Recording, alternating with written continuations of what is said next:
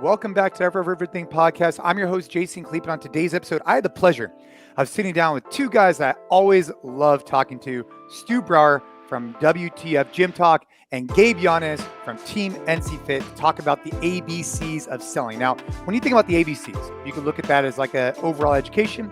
You could also look at that as always be closing. We talked today about sales. In particular, for you gym owners, for coaches out there, this is a great conversation that we had. I definitely think everyone should listen to. We talk about, can a coach be a salesman? We talk about following up with leads, how to do so. And then Stu dropped something I thought was pretty interesting, which was awareness, consideration, purchase as the three stages in the buying process. And we finished it off by talking about different models in this fitness space and what we could learn from each one. I think that if you're in the micro gym space, if you're in the boutique gym space, if you're in the CrossFit, functional training space, whatever you want to call it, this is a great conversation to listen to. I really got a lot out of it. I hope you do as well. If you do, simple ask, very, very simple. Leave us a rating, leave us a review. It helps the podcast. It helps us know what type of episodes you like. So take a screenshot, hit us up on social. Also, wherever you listen to podcasts out, leave us a rating, leave us a review. We'd greatly appreciate that. And without any further ado, let's dive into a great episode with two awesome guys, Stu Brauer, Gabe Yanez. Let's go.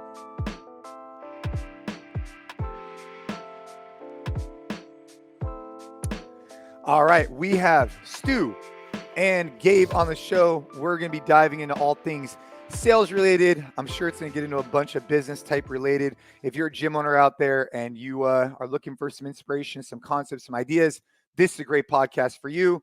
Let's dive right in. Stu, we listened to your podcast that you did where you were chopping it up with you were basically giving your insight based on a podcast that the guys from Best Hour of Your Day did. And it just kind of sparked this conversation between Gabe and I about, in particular, sales. Now, over the last, decade, we've taken different approaches at NC Fit to sales. We've had situations where we're having the coaches try and sell. We've had no salesmen. We've had no front desk. We've had it all. And as of recently, we've empowered one team member to really take on the sales role. And I think it's been incredibly beneficial for our organization. So I just want to talk through the idea of, can a coach also be a salesman or saleswoman, or should you identify someone specifically with those skill sets and really utilize them? So just hot on my mind. Let's start rapping about sales. Yeah. So I've seen it done both ways successfully. Jace, you and I come from the global gym world where there was a dedicated sales guy, right? There was that guy, and his goal is to, someone lines him up, he knocks him down, he's doing the lead follow-up, he's doing the tours and selling. The thing that's nice, if you have the bandwidth, and again, I think the reason most micro gyms and the boutique gyms don't go this route is because, again, we're doing everything I can to preserve that margin, right? Like 20-ish% is small enough, and then I add another sales guy on top of the coaches, on top of the customer service manager. It's a lot. But think about it. I mean, coaches become, when developed, right? I know NC Fit, you guys do this. They become really damn good at coaching, like really good. And they're perfecting that craft constantly. Sales is similar. And if you think you're going to be Leonardo with just the two swords and you're going to be able to do both of these like at an A+ level, it's difficult. And sales is not something most people naturally fall into. Like very few people picked up a Brian Tracy book. Brian Tracy is a phenomenal, one of the godfathers of selling. Most coaches picked up, a Chris Henshaw podcast or Starting Strength by Mark Ripito. Like they went that route. So now we're trying to add this other level of, and you could create a 4-year, which I don't understand why there isn't. Maybe there is. You could create a 4-year undergrad, like bachelor's in sales. That's how much there is to learn about that process and the psychology of sitting across from somebody and trying to part their money from them. I love the Ninja Turtles. Was that a Ninja Turtles analogy reference? there? Absolutely. Yeah. Absolutely. Aging myself. One of the things that we learned, Stu, in kind of going through these different iterations of trying to really get sales dialed in at our commercial locations was exactly what you just said. I mean, we went into it naively at the time thinking that, hey, I come from sales and am the sales director, can do a little bit of sales training with the coaches. We can write up a couple scripts, go through a couple of, practice interactions, and that's it. Send them off to the races, because they're very capable, very smart individuals, right? But I think that one thing that we quickly learned, and it was exactly what you said, they are some of the best coaches on the planet because we focus on that every single day with everything we do. We have a whole service that's essentially what we do to develop coaches, the NC Fit Collective. And to think that we could have them now also be just as good at sales with a couple webinars and a couple calls and a couple scripts was something we quickly learned wasn't the case. 24 units in a day, right? So 24 units, and we all know our pop times. The popular times in a micro gym are going to be your AMs, maybe an afternoon pop, and then your evenings. So if you want a coach to get good at sales, he's got to get reps in. Well, when are those reps going to happen? When a prospect comes in. And when do prospects come in? They come in during those popular times. Well, now what is he not doing? He's not on the floor coaching. So you're robbing Peter to pay Paul. It's not like, oh, we'll have you take all the sales consults from 1:30 p.m. till 3 p.m. Yeah, there's not a lot of those, right?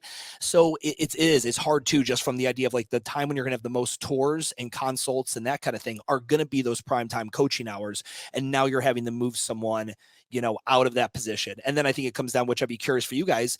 My experience has always been when I talk with a coach, very few people are motivated by I love closing a sale. Like that's still, absolutely love it. And the top 1% earners that have a W-2 are salesmen in the country, probably the world. Okay. But there's not a lot of coaches that I've met that are intrinsically, naturally coaches that just love the closing of a deal. They love, saying that visual, verbal, or tactile cue that boom gets that person a kip or gets them this movement or that movement. Well, I think this is a really important topic, and I'm curious to see what both of you guys think on this. Is first off, I think we need to demystify this idea of like being a salesperson, and there's like this weird stigma to sales. And I think that in the functional training, boutiques training space, micro gym space, there's like this idea that it's like a bad word. But we got to break that down. But I also think there's something really important that you've been talking about, Stu, which is the idea of first off, like a lot of people don't get into how do you balance a coach who thinks they want to do sales, maybe because they see a revenue opportunity or whatnot, but really they don't necessarily have the skill set or the desire, but they think that's the next like step for them. I think that's what we struggle with, right, Gabe? I mean, we put out to our coaches who wanted to do this, and we had people who wanted to opt in, but I think they think it's something they have to do, but they really don't want to do it. They're almost like forcing themselves. Is that what happened with us, Gabe? I mean, and then we kind of transitioned out of that. And how do we balance that? I'm curious what Stu thinks after your perspective there. Yeah, I mean, I think the answer is in part what we already mentioned, and that it's really tough and takes a lot of time, reps, and patience for people to be too good at two, kind of very different skill sets. And I think that in theory, in the beginning when we put this out, we thought that it would be a natural transition or an easier transition because, if you're taking class with me and I knock your socks off in class, I should be the most well-equipped person to, after that trial class or after that first experience, be able to sell you on coming back, right? Like you just enjoyed the experience with me and I kind of know like what your goals are and kind of sell you on that specifically. A lot of things that, our friend Sean Pastuch over at Active Life talks about, right? But, that just ended up not being the case. And I think that a big thing was, that lack of motivation for something that, is tough. Sales is really hard. They're uncomfortable conversations. And, a lot of times you will maybe not get a response or get someone that like needs to think about it and then you never hear back. And I think that that's where I've seen sales roles or people just kind of, burn out in those positions. It's, they're not ready for how many reps it takes and how many no's it takes to kind of really get some momentum going. And I think that that's kind of what we ran into.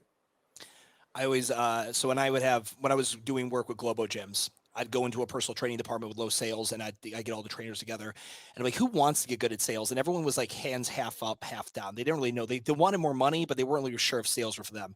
I'd say, go watch these two movies, Glenn Ross, Boiler Room.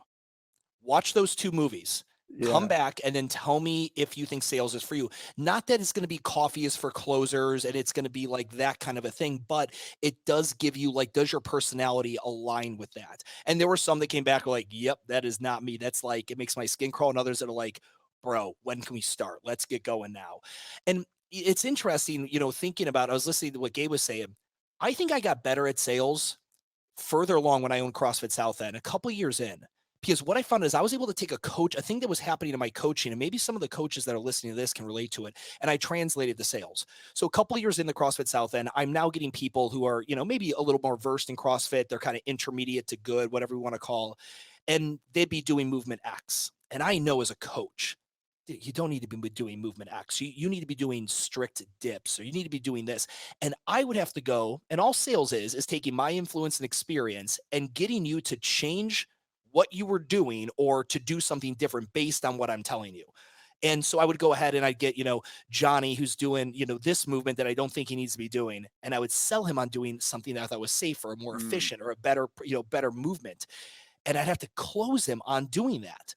And if I could convince this kid full of testosterone and, with his Rich Froning posters on the wall to change his model, like what he had in his head, I could convince Sally when she walked in the door, and she's currently enrolled at a cycle studio, but she knows she needs some resistance training. And I can sell her how this is the best combination of the two worlds of strength and conditioning, and versus where you're just getting conditioning at your spin studio, so on and so forth.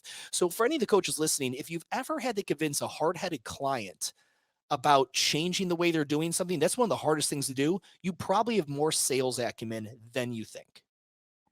Yeah. And at the end of the day, sorry to cut you off, Jay, confidence is a big part of sales. So just understanding the fact that, hey, I have more of this toolkit than maybe I'm giving myself credit for could be a huge step in the right direction to help people get comfortable with approaching the conversation of, hey, you had a great class. Now, what do you want to do now? We have a monthly membership and a 10-session pack. What can we set you up?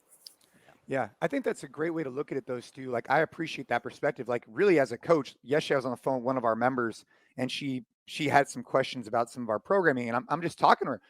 But really, what I'm doing, to your point, is I'm kind of selling her, right? And I wasn't. She's already a member. She's already paying. She's already whatever. I'm just trying to provide insight, right? And hopefully have her along this journey with us. So, I think when coaches in particular look at sales, and I think that there's this in the functional training space, right? It's so community driven. We talk about community all the time, and the reality is that vibes and community are very, very important. But ultimately, we need to also pay our bills, and we need to create trajectory for our coaches, create trajectory for our business, and sales, marketing, getting new leads is a huge part of that. And I think that there's this stigma that if you're trying to go out there and attract new leads, and that if you're, following up with them more than one time, you're being too pushy or whatnot. So I want to kind of demystify this idea of like that sales is bad, because I guess the way I look at it is like, I believe that our gyms can change someone's life. I really believe that. I think our program could be dramatically impactful, and I've seen it firsthand for the last 15 years. It's our responsibility to they already took that first step by engaging with us. Now we should continue to follow up. And so I'm curious, from what you've seen, is like, how much is too much and how much isn't enough? Because, and then let's go into some tactics, because I know that Gabe and I at NC Fit, we've incorporated quite a few systems and procedures through COVID that have really been helpful for us. But how much is too much, and what is like really hard selling versus just like trying to just be pleasantly persistent, Yeah. I've got a grade for how much is too much. And I think I need to frame it up with, I had a training director, and he had 7 consults on the books that day throughout the whole day. And I came in at the end of the day, and he goes, "Stu, no sales were made today. I know you're disappointed." And I said, "Well, that's wrong, man. Actually, 7 sales were made today. 7 people sold you on some bullshit reason as to why they weren't going to join our gym. So everyone, there's a sale happen at every transaction. You want your girlfriend to go watch this movie on Netflix with you, and she doesn't want to watch it, and she sells you on, no, we're watching this instead. Like, she closed you. Like, there's always a sale to be made here, guys. So it's an inevitable. It just depends what end of the spectrum you'll be on. But to go to this, I call this boyfriend girlfriend analogy. So imagine you're single, and there's a girl, and let's just do a college setting, and she's on campus, and she's got a boyfriend, though. So you're always respectful. You're not trying to do anything sleazy, but whenever you see her, you make sure to say hi, and you guys have exchanged numbers, you're friends, you've hung out together, you like text her on her birthday, and she sees you around, you're always very friendly, because one day that boyfriend is probably not going to be in the picture, if we are all being honest with ourselves. And who will she think of? She'll think of that guy who's always been really nice to her and has always been never been overly, too aggressive and sleazy, and he will be there. And that's how I I teach follow-ups. We follow up with a lead until they die, buy, or tell us they get lost. It's very simple. And if you continuously just follow up with just a little nudge, hey, I'm around, right? I still subscribe to, I get Marcus's functional bodybuilding newsletters every week. I am not a customer of Marcus's at Functional Bodybuilding. However, one day, if I'm ever looking to switch it up, he has sent me a newsletter or a text, or I've seen the YouTube video consistently. He's never been overly aggressive. He hasn't tried to hard close me. But the day I'm thinking of maybe switching things up, I might think, you know what, Marcus is like, I've watched 7 of those YouTube videos already. They were really helpful. I've seen some of those workouts. They seem pretty cool. I might go ahead and take him out on a date, right? I might try his service, to get back to that boyfriend-girlfriend analogy. But it's like always being just right there, reminding them, you reached out to me first. I'm just trying to make sure everything's cool until they die, buy, or tell you to piss off.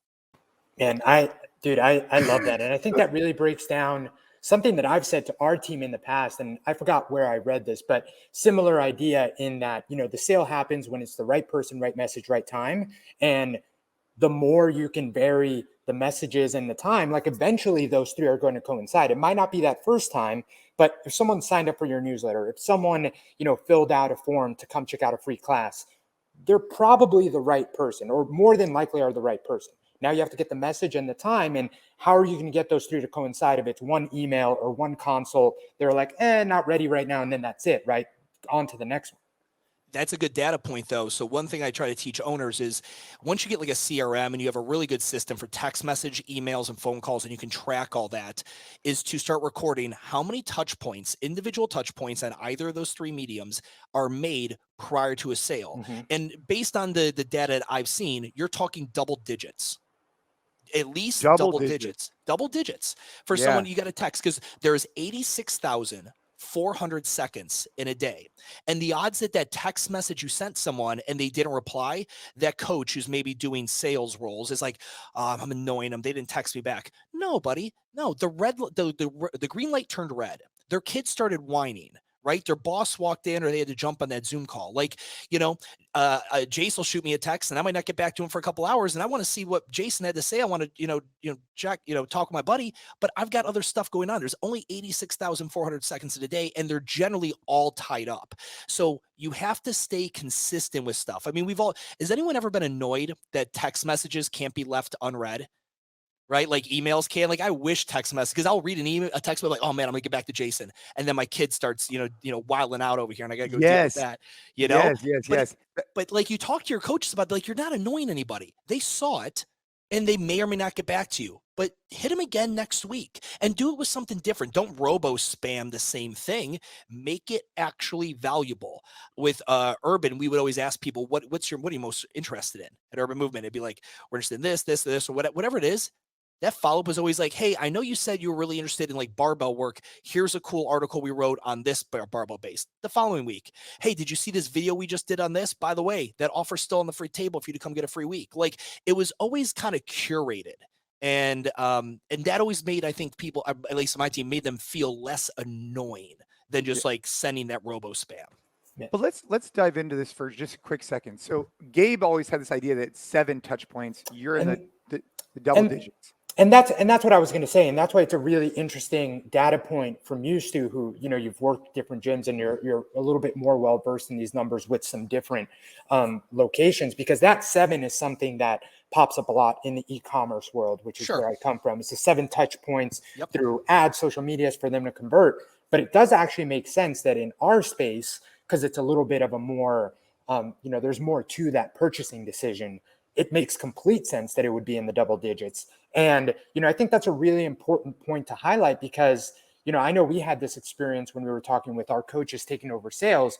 You mentioned that, hey, we want to touch base with these people 3 times in a row the first 3 days, then move them to like 2 days apart, then go weekly, then go monthly, to get all those touch points in. And you kind of get people looking at you like deer in headlights. They're like, but that's a lot, but it's not, right? It really isn't. It's actually necessary. Yeah. And this is a really cool point, though, because whether it's 7, 11, or 13, it's more than 1, right? Like, it's more than 2, it's more than 3.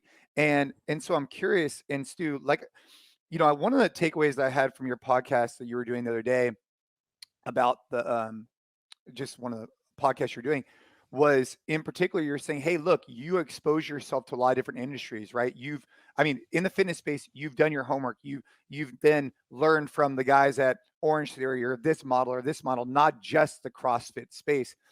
And I think that when you are in the functional training space, let's just take the CrossFit space, which a lot of people listen to the show, it becomes daunting to think about a task where you have to follow up with somebody 10, 12 times. So what's the recommendation? Where do people even start on this process? Because you have a gym owner, you have a head coach, you have two other coaches, and you want to grow your business, but you're in the business a lot and you're not working on the business that often. So maybe potentially you're not answering the phones, you're not getting back to emails as well. I'm curious, what's the first step that you've seen going from 0 to like 1? Because I think what we're talking about is some strategies once you've already kind of had some things in place, then you need to continue to follow up. But what if you're not even answering your phone or answering the emails in the first place? I mean, obviously the answer is do it. Right? So before you answer, the first thing people have to do is offload their programming to the NC Fit Collective so that they're not wasting any time writing 2159. But after they do that, Stu, what should they do? But once you've gone and you've subscribed to the NC Fit Collective, which you 100% should. So, and I'm going to go back to Gabe's just real point. So when I was giving that double digit, at least, because there's 3 stages to the buying cycle. There's awareness, consideration, and purchase. So someone becomes aware of the brand. Well, that took a ton of posts and YouTube videos and podcasts, or being just physically present with signs out front for someone just to become aware of you. And then maybe they go to that website and they want to consider you. So they send that lead format. And then it takes maybe the 7 touch points, maybe once we hit just in consideration, like, okay, I volunteered my name, email, and phone number. And now it's going to take you 2 text messages, 3 emails, 4 phone calls, or whatever to get them into a possibility for them to purchase. So again, across those 3 stages, awareness, consideration, and purchase, the first sale that has to be made in the brick and mortar industry, and everyone needs to understand this, it's my number 1 KPI when I work with a gym. Did they walk into the door? That's it. Nobody, like, Gabe comes from e-com world. And I'll tell you this, man, I wish I could have Gabe, just crushing e-com gym membership sales for me online. That's not the case, though. These are brick and mortar $200 a month type gyms. And these are direct response marketing and direct response sales. I mean, you got to be right in front of the person. So I think that the touch points, and everyone, when we're thinking about this, I don't care if it's 7 or 53, the first sale, get them in the door, have them go from prospect or from lead to prospect. That's the number 1. But you're right, Jace, besides the bare minimum, the duh answer, which is guys, pick up the phone and things like that. If we want to get real tactical with it, yeah, I think I'm not a fan of automation for the sake of automation. I like automation when it is time for you to not for you to be backed out. So we had our CRM automated to fire and do its thing from the time the business day was closed, my staff was done, to when we opened. So I don't want myself or any of my coaches, having to answer a 9 p.m. lead. You're with your family, whatever. That's when automation's in. Now you'll see a lot of smart logic-based automation. I've been talking a lot with the guys over at Push Press, and you've seen this in other CRM platforms where the lead comes in, and let's say it's a Monday at 2 p.m. So I've got live bodies that can talk, but the lead comes in at 2 p.m. There should be an automated email that it instantly gets kicked out, and an automated text that instantly goes. It shouldn't sound spammy, though. So the text message flow should be multiple texts that sound like Jace texts me, he's like, yo, bro, enter. Hey, man, I saw the podcast, enter. Dude, that shit was really good, enter. That's how your text messages should go. Not what you've ever seen text message paragraphs that are automated. They read like emails. Yeah. They're like, hey, Stu, Jason here at NC Fit. Glad you went to the website. We'd love to have you come in. I know a robot sending that. And if it's a real human, I don't want anything to do with them because you sound like a dork. So what I always want is that automated one. And I always had self-aware automation. So in the message, hey, listen, by the way, this is our robo right now. Our robo is just hitting you with this, but a coach is actually going to be getting to you immediately within probably the next couple minutes to go ahead and answer any personalized questions you have. But acknowledge, like, hey, listen, I know we're shooting you a robo, but I'm going to have a coach follow up. And again, if it's during business hours, there should be somebody who is commanding the CRM and is able to jump on that thing. And the nice thing about most CRMs is it's kind of agnostic. If 7 staff members have the app, they could all see what each other are texting. So anybody can pick up the app and play and pick up where the other previous coach or salesperson left off. But yes, it's got to be quick. You know, my sales training was always, Stu, if a lead comes in, you got 3 minutes or it's gone, right? Like you've lost that hot lead. And I believe that in the sense that all leads are emotional, not rational. People aren't like, you know what?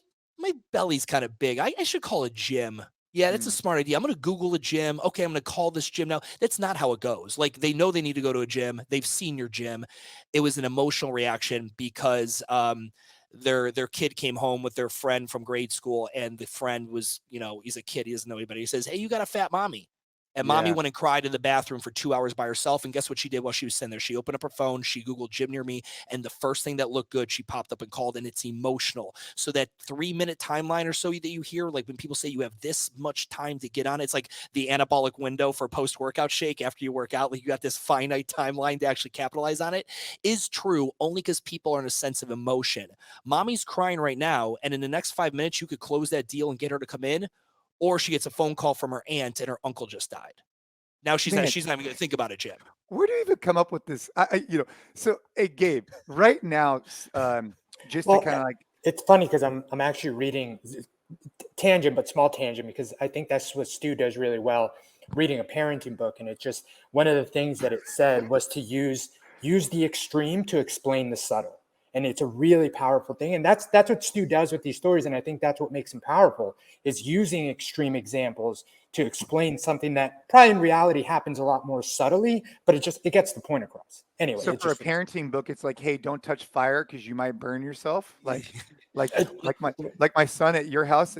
My son, we were at Gabe's ranch, and my son fell into a bonfire.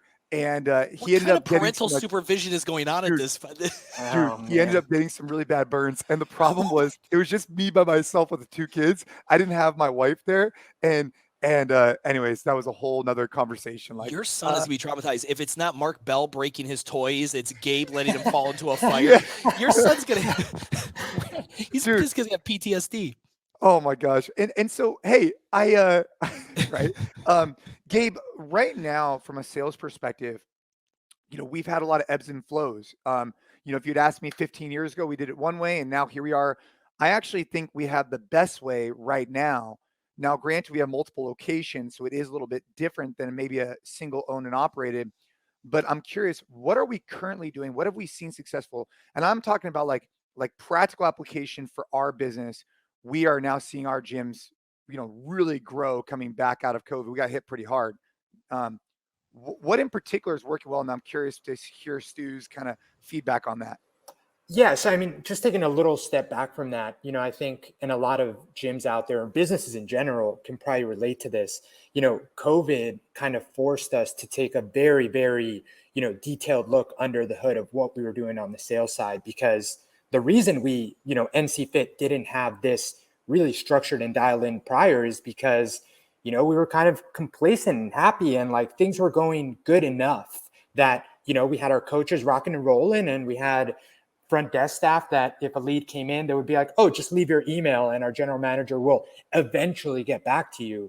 And, you know, obviously looking at that now, like that is so much missed opportunity. But, you know, one of the positives that came out of being hit pretty hard, like you said, is, hey, we had to like really take a look at where can we do better, because it's not like people were flocking back into the gyms the second we opened back up in the Bay Area. So just kind of taking a step back, that this has been very much out of necessity, but a really good exercise for us to go through. I think that where we're at now is working really well in that, we've identified someone that is solely responsible for sales. She started as a front desk person at one of our locations, was someone that the team identified as someone meticulous and very organized with a lot of good follow through. And she's the one that's kind of taken on that role now. And again, this works for us because that one role is spread across 3 locations. So I think that it makes it a little bit easier, where I understand that that might not be the easiest thing for a single location to do. And aside from that, it's just been pretty much everything that we've been talking about, right? It's having a system of, hey, we're following up with people until they tell us to leave them alone, or until they buy or die, like Stu said. And I think that alone is what we've done so far.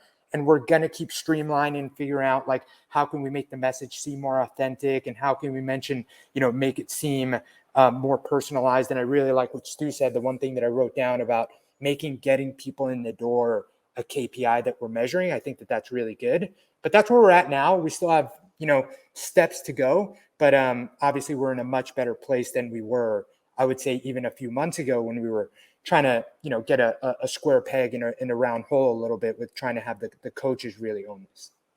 So offsite sales people, like, again, like what you guys are doing is incredibly smart. I love it. You've identified someone who's naturally good at sales. This person is now able to do, literally, they could do it from home. They're doing the lead nurture, the follow-ups, the phone calls, the text messages, and then they're contacting location number 2 and saying, hey, you got 4 appointments booked for tomorrow. Right? Like this offsite, typically we see this in business, like outbound sales would be when someone is cold calling upon somebody who has not expressed interest in the business yet. That's what we call outbound sales. But in this scenario, I'm assuming all these are warm leads. They've gone to a landing page or a website or something to maybe even have her doing the whole thing, which it's a lot of work. It's guerrilla as hell. That's why I love it. It's like when someone follows NC Fit, like if you have like the NC Fit individual locations, someone follows it, you instantly go look at their account. Are they local? If they're local, you send a DM. Hey, thanks so much for following us, blah, blah, blah. What gym you work out at? Or what do you do for a workout? And just engage there, because there's no warmer lead than, if they're local, than someone who follows you on Instagram. That's the warmest lead you could possibly get at a digital level, versus when you finally get to meet them in person. But I think that's incredibly smart. But the global gyms I used to do, and some of the franchise people I've worked with have something similar. There's a remote individual. Their job is to set the appointments throughout.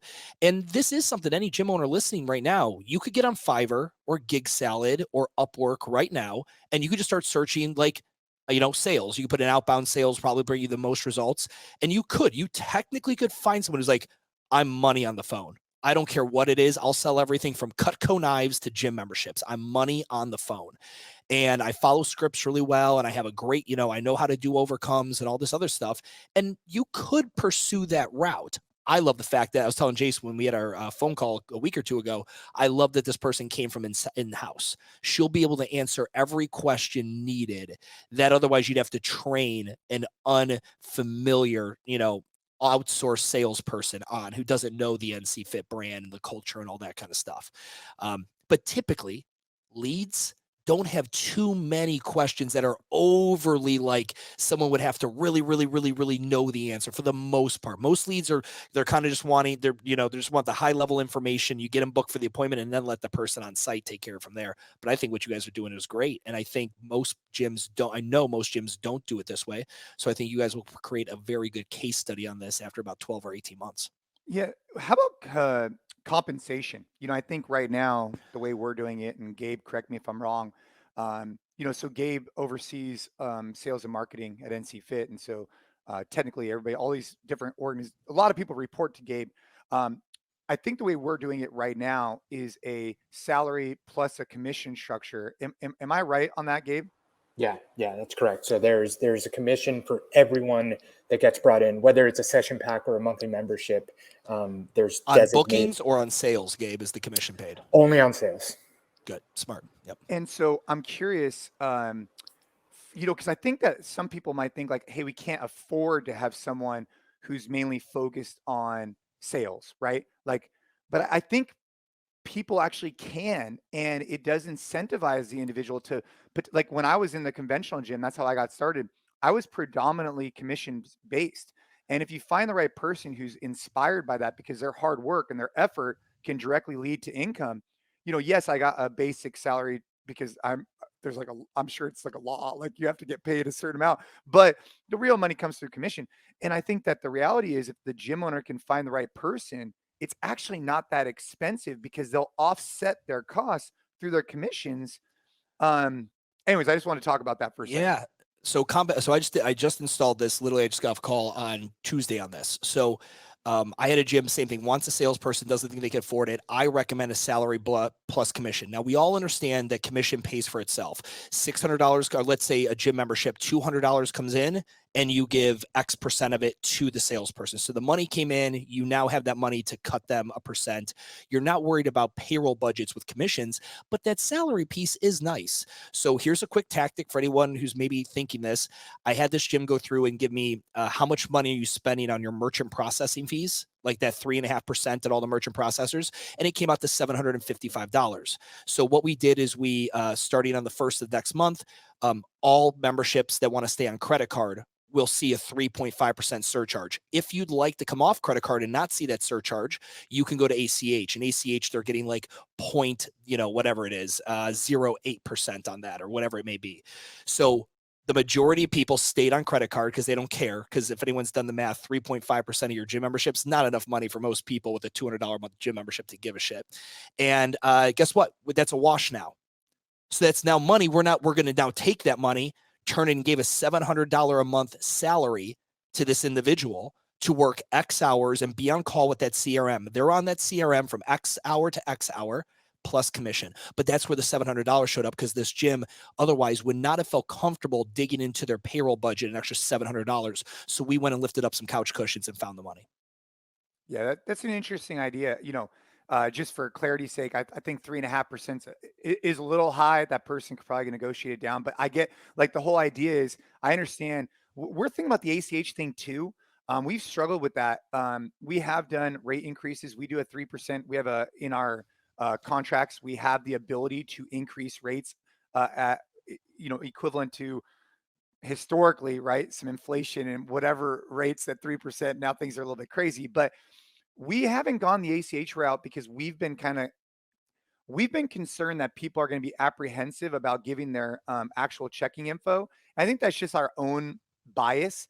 I think we should probably start offering that in the future, even though we only take credit card. Because you're right, those credit card fees add up, man. I mean, once you start doing significant amount of revenue, you're talking about thousands of dollars in fees. Who's your member management software? Who are you guys using? We're using Wodify, but we use our own. We brought with it our own billing system or something of that nature when we did it. I think we're like at 2.5%. I think. Can they just go? I mean, as long as they can, I understand what you're saying. Because first off, nobody knows their routing and account information, their ACH information off the top of their head. I've used MindBody. I've seen GlowFox. I've used Mariana Tech. Most of these most of them are going to allow the user to go in and update that information privately within the app themselves. And honestly, most people, like most of us who have credit cards, we do it within a points kind of system or miles or all that kind of stuff. Like I easily be like, no, just take the 3.5%. I need the points. Like I want to use the credit card. So if you need an extra $4, Jim, here's an extra, that's what it's probably gonna come out to be, extra $4 to $6. So I bet you guys can make that transition really easy, and 30% of people would open the email and the rest of them wouldn't. And then the transition would happen and nobody would ever know. Like nobody would even, like, you'd get 1 or 2 people to send an email like, what the fuck is this? But beyond that, it would go pretty smoothly. Yeah, we did a rate increase. So we had legacy rates at the beginning of the year. We removed any legacy rates. So everybody is paying the same price for the same service at the same time. There is nobody on, $100 a month and everybody else on $226. So we did that in January, and we can kind of see as this next year comes up if we want to do a 3% increase. We haven't decided that. We haven't even talked about that. But bringing everybody up to the 226 was like a very big lift for our company, because we had people paying legacy rates of, from 12, 13 years ago. So I would definitely recommend any owner definitely doing that. So you're paying the same price for the same service. That was big for us. No, so this is kind of piloting this new role, this sales manager for you guys. And this is one person over 3 locations, correct? Yeah. Correct. What would you, and Gabe, since you're probably most closely to this, what do you think the bandwidth is? Like, how many locations with NC Fit type traffic would one person be able to handle? Or like, how many locations do you think they'd be able to handle? Yeah, I mean, that's a good question, because I think that right now we're so early in it that there's definitely the bandwidth for these 3 gyms. Essentially, all we're doing now is carrying over the expectation that we had for the coaches to do, that we're splitting their time amongst, obviously, coaching. They program for us, they film for us. So it was a little bit different. I think that we obviously want to get to the point where this person is actually doing more, and we're having more touch points and being a little bit more focused on the leads that are coming in. And then I think at the ideal state that we would want to get to, where we're not there yet, I do think that 3 locations is kind of the top in terms of bandwidth. And it's like, and it's not an agnostic landing page. So in this model, what you guys are doing, typically it'd be like what I call a hostess scenario. The sales manager is the hostess. Leads come in, and then she goes, oh yeah, I can get you an appointment at the blank location, or location number 2, or location number 3 this week. Most people are kind of selecting which location they're most interested in via their geographic. And then her job is just to get that appointment booked, correct? So they're actually, yes. So what we moved towards recently, and we had great success with this when the coaches were on, and this was actually what had us switch to one person because they were almost getting too many leads to really kind of handle, and actually I took some inspiration from Matt Abalik, who franchise that obviously you share a lot of their stuff, and I really do like what they're doing. We moved away from a free trial class to this 3 for $3, sure, incentive for, the reasons of the psychology of it, capturing payment. It just made so much sense. So we did that. We've now made it to 3 for 30, just because with the 3 for 3, we did have a lot of people that were having their friends come down to the Bay and take a class. And so just a little bit more of a deterrence from people gaming the system. But right now, the landing page is people actually buy their 3 for 30 for the specific location they're interested in. And then this person's responsibility is trying to get them to come in and book that first $10 class. Yeah, correct. That's smart, man. It's smart. And for everyone listening, the biggest thing there is, like, we at Urban, we did the same thing. So it was free. It was a free week, but you had to put in your credit card information, even though it charged $0, because again, it's about capturing it. And then you should, and I believe every microgym owner listening to this, have a very strict no-show and late cancellation policy, because someone buys that 30 and they book a spot in class. Well, what if it's your most popular class time? Right? And that thing sells out. And now you have actual paying loyal members who couldn't get in because you had 3 or 4 prospects. And that gets into, operational logistics. How many prospects do you allow to book per class? Right? Yeah. Do you allow 6? Do you allow 2? I've always found 2 is the most any of my teams have ever been able to sell at one time successfully. Orange Theory does too. It allows whoever the person on site is to actually have really good. You ever try to do a group sale? You have 6 people, like, okay, all 6 of you that just showed up, but you're not together. Let me go give you this tour. And I can't really spend that good one-on-one time with people and get to know them and make a joke about sports or something related to their life or whatever it may be.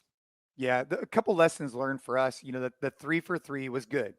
The 3 for 30 is where we're at today, to just get a little bit more buy-in. So I just want to make sure we acknowledge that we shifted from like a free trial to now, like you said, Stu, someone has to put in their credit card, take that step. And we really haven't seen, and Gabe, correct me if I'm wrong, I don't think we've really seen like a huge drop off. Like if someone's it was the opposite. We had our incoming leads the first month we ran it 3x.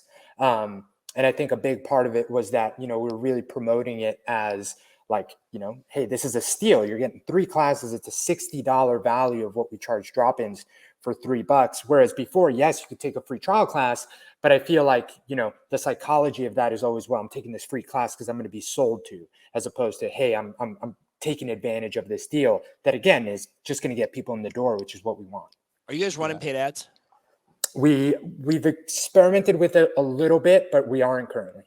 The nice thing about that, once you do, now your client or your, this acquisition cost is now offset by that $30, because you will have people who buy and never come in, no matter what you do, no matter how many times you follow up. It's called the Groupon rule. They will never come in and utilize it. And the cash coming in at least helps you guys offset some of that initial CAC cost. That's right. Yeah. Something else we've done recently, and I think has been helpful is, you actually hit the nail on the head, Stu. We have class reservations now. And this was a byproduct of COVID. COVID came, rocked our world. And we had been thinking about having reservations for a while because we have some classes that were just packed and it wasn't a good experience. Doing class reservations and also accompanying that with a fee, if it's a no-show fee, has been really helpful for us at NC Fit. I think that it's a big hurdle to overcome, right? Similar to like the idea that, hey, you can't drop bars. That was a big hurdle for us to overcome. But once we implemented it and we explained the why and we did it with a level of care, it's been really helpful for our business in both of those ways, right? Like you don't have pissed off neighbors as much. but more importantly, from the reservation system, it sets the expectation. What we've actually seen now is that, especially at classes that are more like peak times, it's creating this sense of demand, and it's actually building on it. And it's been a big adjustment culturally that I'm glad we did, because it helps us out. Like what you're saying, now people know what leads are coming into the class. We're tracking each member. Everything is known ahead of time, and we have those cancellation fees adjusted with it. So if a gym owner's out there thinking about doing that, it has been really helpful for us. It's not easy, but it has been good. And that's selling. You guys are, to wrap it, to kind of bring it back around, you guys are having to constantly sell even current members who are already paying you on the changes you're making as a business. This idea that we're going to run our businesses for 30 years and never make significant changes to it that will be, maybe unsettling at first to customers, is absolutely crazy. We're going to find better ways to do this. This whole micro gym boutique thing is so young, right? Like you come, switching over from credit card to ACH, and I was like, oh, that's a great idea. I'd be like, that's an idea that companies were doing 35 years ago. Like we're just slowly catching on to some of Yeah. this stuff now.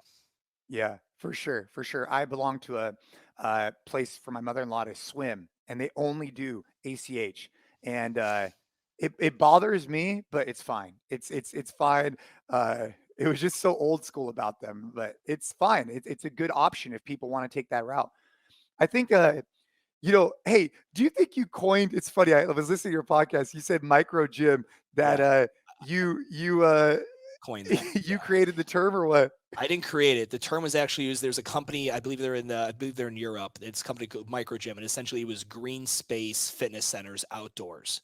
But what I needed to do, I came from Globo Gym. And if you remember, Jace, back 2008, 6, 7, there was only two real models out there. Curves had came and popped and died, if anyone follows the history of the fitness industry, but it was just big box health clubs, Globo Gym, from Dodgeball. But we didn't really call things boutique then. Like, until Orange Theory really showed up in, around 2012, 13, you didn't really call things boutique. Maybe like the spin studios and yoga, but now that gyms are now in retail locations, I just needed a terminology, and I just landed on micro gym, and just to explain that sector of a brick and mortar fitness facility that sells its services on a small to medium scale. Yeah, micro gym, whatever the hell that is, right? I think that was the quote. Hey, I love it, man. So speaking of micro gyms, I like to think that we try and be in tune in the fitness space, because we are in the fitness industry, fitness space. We are not in just the CrossFit space or whatever. We could learn from a lot of different businesses, and for any gym owner, if you are not exposing yourself to what other gyms are doing, like Metabolic or Orange Theory or F45, look, you might go in there and you might be like, dude, I'm never doing that at my gym. Great. At least you learn what you don't want to do. Or maybe you'll pick up on some things, and I think Gabe does a good job of trying to pick up pieces from other industries. I mean, other businesses within our industry. So I'm curious, because you've been doing consulting and you've been around the fitness space, I like to think of, I think that you educate yourself more than most people on other models. What are you seeing occurring now? Because and maybe I was at a charity event on Saturday night, and they described it as, this is not a recovery, this is a renaissance. And I was at a place that was like an art, so it kind of like worked with what they were saying. So it Yeah, was like no, more they're art, right though. but they're right. This is not a recovery, this is a renaissance. And when I thought about that, I ended up Googling, I was going deep in like Renaissance era and all this stuff. But what I think about is like this rejuvenation, right? It's going to be the next 3 to 5 years are going to be like gangbusters for brick and mortar. It's going to be this renaissance where like creative ideas, concepts, people come together. They've been missing these things. What are you seeing? Yeah. And When are you as times are fired up as good, I am? no, it's perfect, because Jace is right. When times are good, there's less motivation to innovate. When times suck, innovation is key. I'm proud of the fact that I believe, and again, no one's been able to show me otherwise, and I'd be totally good with it. But I created the first in-place model. An in-place model is what yoga and spin studios have. So I had a barbell-based group strength and conditioning program as urban movement that was in place. You selected a spot on the app, and that was your spot, and you never left it. And I just interviewed yesterday, and for everyone listening, he's a great owner. He's a cross affiliate owner. His name's Stephen Hitt, and he owns Industrious. Industrious is out of Washington, right there in the PNW on your guys' side of the world. And he, due to COVID, like everyone else, everyone took little blue tape or whatever, gaffer's tape, and we all made our squares. That was exactly what like Urban had done. And I got roasted for it. I mean, I got made fun of by colleagues that we all know very heavily when I did all that. And then COVID came and it made more sense. But then once COVID came, a lot of gyms got rid of that in-place model, like having your own dedicated space. Steven went all in on it. He created what he called a halo. And essentially, Halo is 169 square feet. You have a Rogue standalone freestanding monster rack, squat rack, pull-up bar.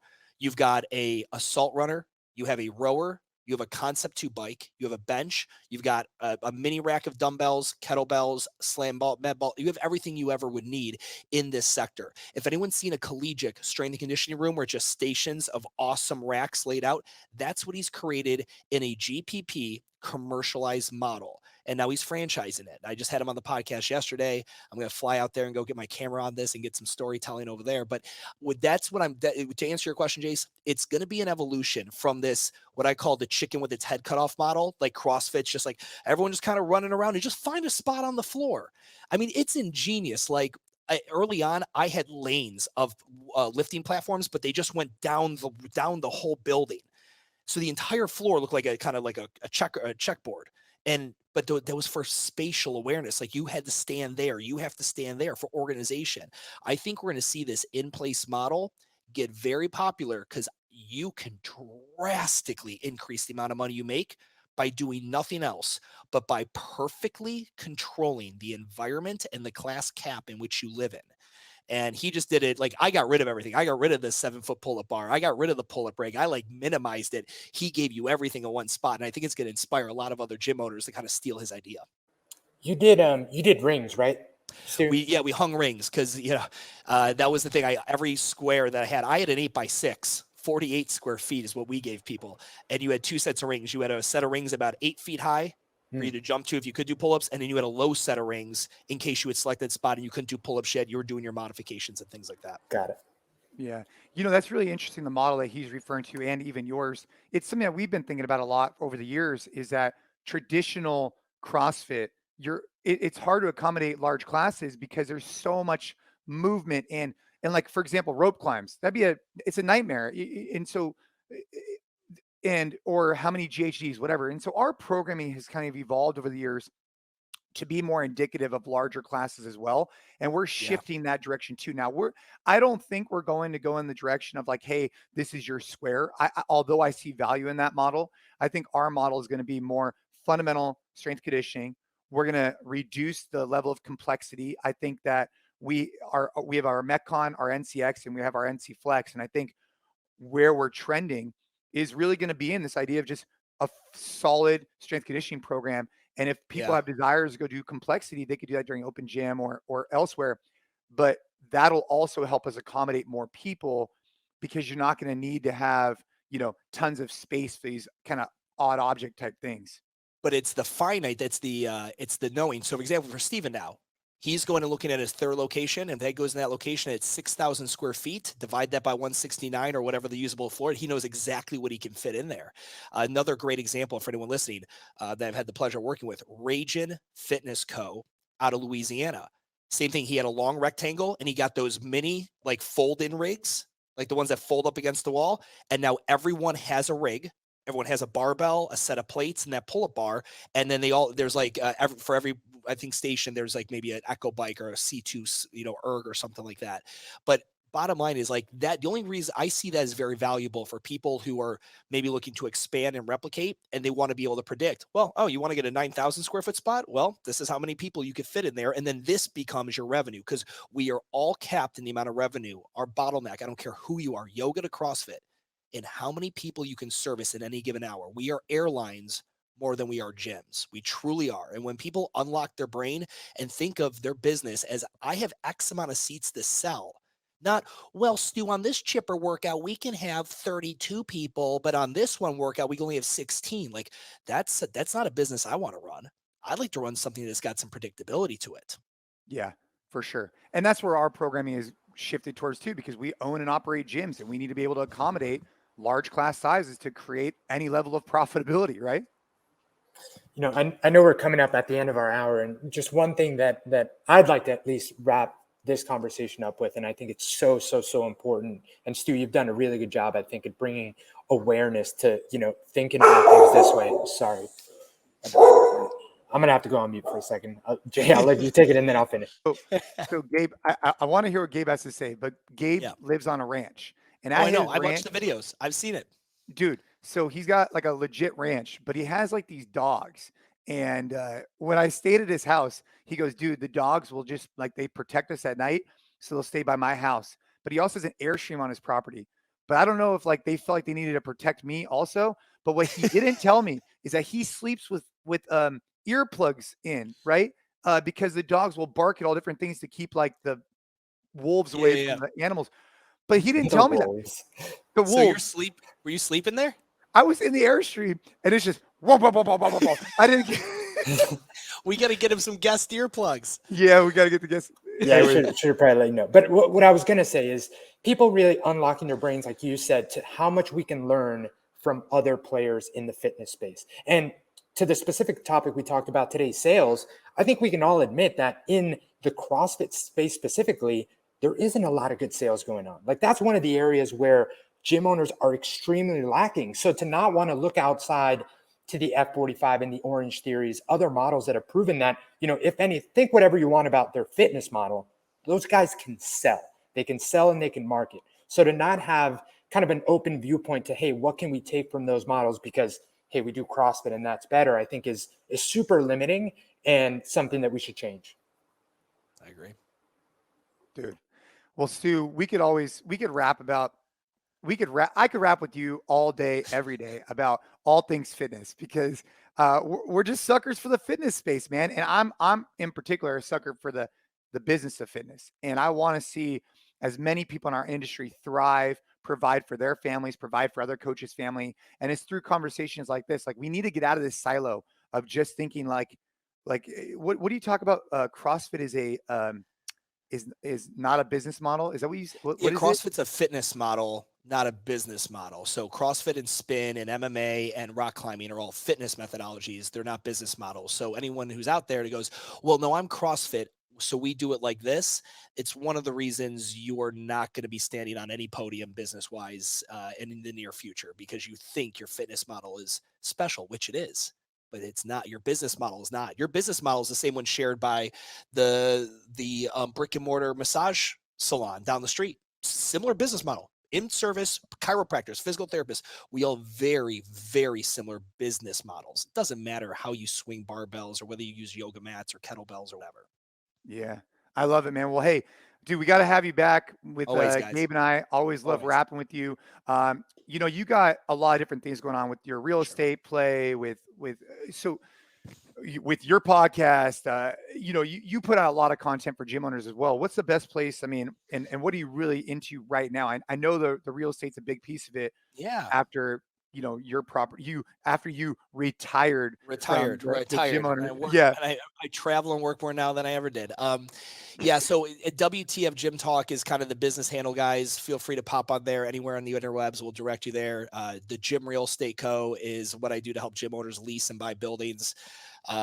And that's essentially it. And then I just started blogging about what I do for fitness now with the whole Respect the Tempo thing. And that's just been a fun way to create content that I'll never have to monetize. But beyond that, man, that's it. And it's always great to jam with you guys. And I appreciate, again, as such an industry leader as you guys are, always having the open-mindedness. And I mean, having the team members on the team that have the open-mindedness. Gabe's always been great, and we'll always talk in the DMs and stuff. And I think I'm real excited for what you guys continue to do. And I'm real excited for you guys to create a very cool case study for not only your partner gyms with this sales manager role, but I think other gym owners are going to listen to this and be like, fuck, that's a good idea. I need to research that. Yeah. Well, as I told you before, we're going to be, give us a few more months. And then I also want to put out some content in regards to revenue, right? Going from a lot to none to back up to a lot, right? Yeah. I want to be able to show that. Like, we're not just going to talk about it. We're going to show it. We're going to be like, hey, we were doing this in revenue.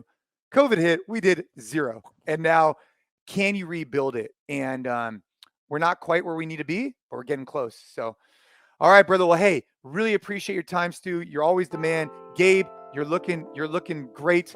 I hope you have an amazing time. on your honeymoon coming up, and I'll talk to you both soon.